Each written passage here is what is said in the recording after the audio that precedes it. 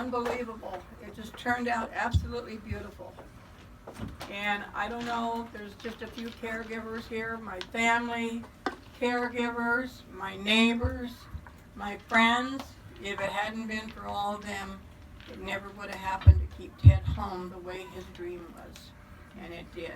And we pulled it off, everyone, family, friends, neighbors, all of them. And it was just a really beautiful thing, even though he was sick, it was, because we were able to be with him all the time. Anyway, there was a few things I wanted to say today, and I didn't want to tie up a bunch of time in the chapel, and I liked visiting with everybody at the reception. But someone asked me earlier, how did I meet Ted? I met him where LA Fitness is, as Carlene said, on Whittier Boulevard. It was a drive-in called Whirly's. I had a good friend named Vern, which he wasn't there today, who was like a brother to me. And we went with my girlfriend. He took us to Whirly's, and we were hanging out there.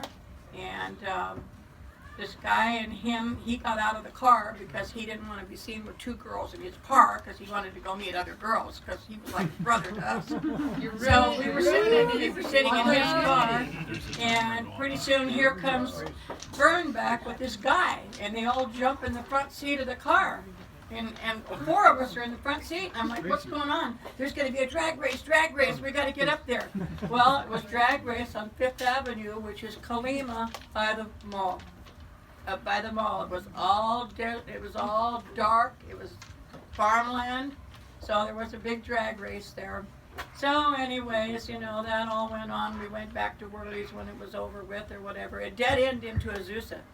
Colima did not come through. You had to turn right on Azusa and catch Valley to get out of there. Anyway, so, I guess the next day, Vern, my friend, calls up and he says, hey, you know that guy that, Ted, that jumped in the car? And I said, yeah, what about him? He wants to know if you want to go cruising with him in his Corvette. And I said, what's a Corvette? I had no idea what a Corvette was.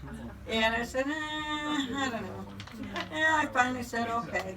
So anyway, we started dating, and before this ever happened, my best friend got married at the age of 16, believe it or not, after her sophomore year in high school, and they stayed married. She just passed away last year.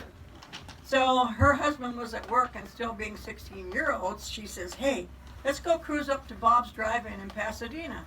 I said, okay, So she picks me up. I lived in East LA. We were heading up north.